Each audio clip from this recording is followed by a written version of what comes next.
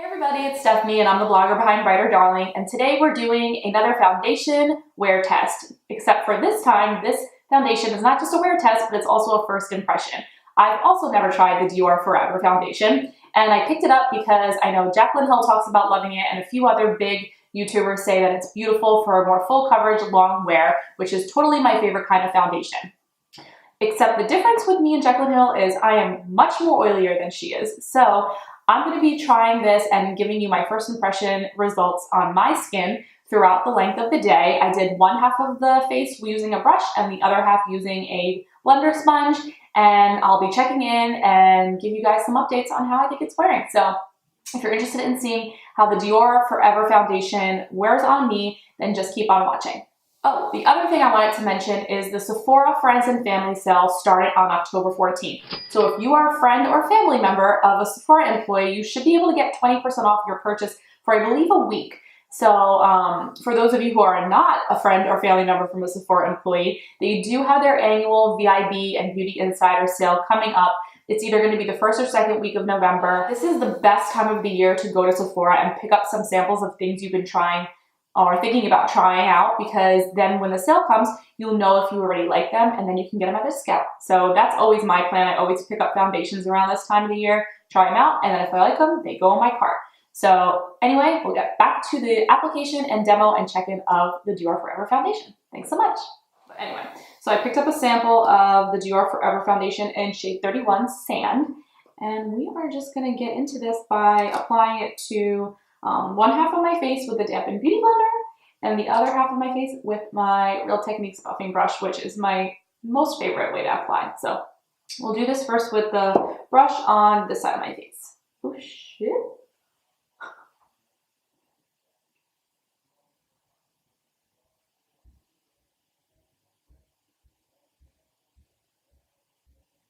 And this is supposed to be a long wearing foundation with, I believe, medium to full coverage, which is my preference. So we'll see how this goes. I have no idea, because this is not just a wear test, this is also a first impression. I've never tried it before. I don't even know if this is too much. No. We're gonna find out. All right, let's do this. Ready? All right. First thoughts here.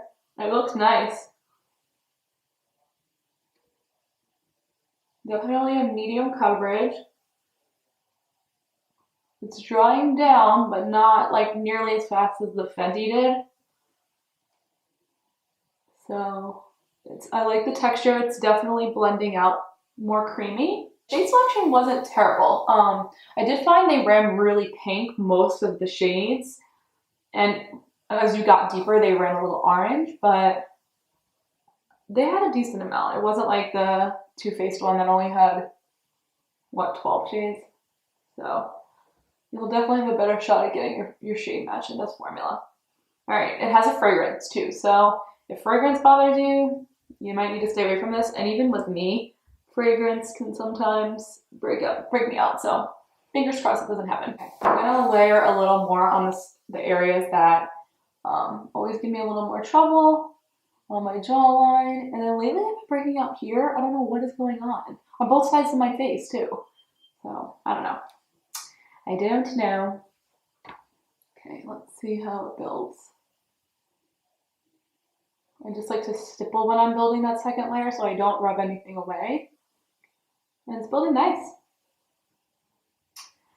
It definitely reminds me of my Estee Lauder Double Wear in the coverage and like the way it blends. Like it dries down fast, but not like paint like super quick.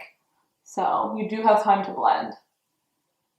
But it definitely looks very similar. A little less like mattifying than the Estee Lauder Double Wear. So if you're more dry and you like a full coverage foundation that's long wearing, this might be a good option. All right, so that is the brush side, and as we know, I self-tan, so I always have to blend it down a little bit, and my neck definitely breaks down my self-tanner quickly because I use a lot of exfoliating acids, so you might notice a little bit of patchiness because I'm due to reapply. So. let's go in and apply it on this side with a sponge. Now, I don't usually like sponge applications for foundation. I reserve my sponge for concealers because I always find that the sponge absorbs a lot of product, which might be good for those of you who don't want a heavy application. But for me, I like a full coverage, so I find the buffing brush is more appropriate for my finish preferences. So I want to make sure I apply about the same amount of dots on this side. Okay. All right, and let's see how it goes. So,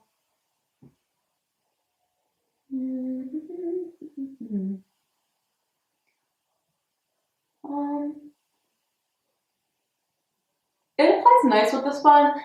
Definitely doesn't take away as much coverage as other formulas that I've tried using my sponge for foundation, but again, I'm just not a big sponge fan. And it does seem to oxidize the shade. So I'm noticing on this fresh side, it's a slightly bit lighter than how it dries down on the brush side already. But yeah, as suspected, the brush side applies more coverage. So if you want more of the max coverage you can get from this foundation, I would use a brush. We'll see how it builds up on the sponge side.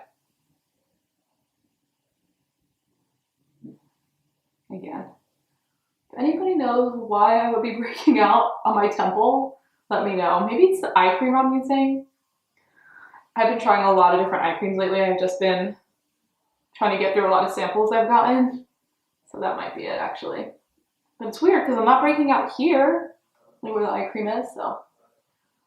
And it's not layering so great with the sponge, so I don't know. My personal choice, if you like more full coverage, is to just use a brush, plus it's a lot faster. I'm actually finding that where I'm putting the layer, like another layer on this side with the sponge, it's patching off weirdly, like here and here. I don't know if you're going to be able to tell on the camera, but I definitely put a couple more dots and it's like patching off, so I'm gonna have to do that again, but then just buff it out with this brush.